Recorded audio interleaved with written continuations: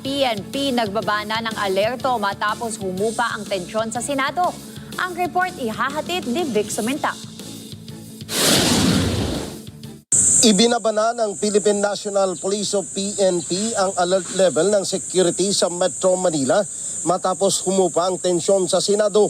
Sinabi ni PNP spokesperson, Police Brigadier General Randolph Tuanyo, mula sa full alert status ay ibinaba na ito sa heightened alert matapos magkaroon ng reassessment ng security situation.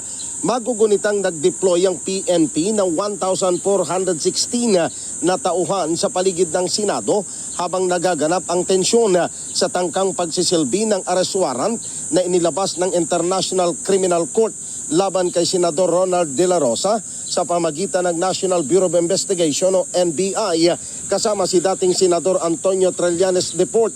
Ayon kay General Tuanyo, mananatili ang kahandaan ng pambansang pulisya para tugunan ang anumang pagbabago ng security situation.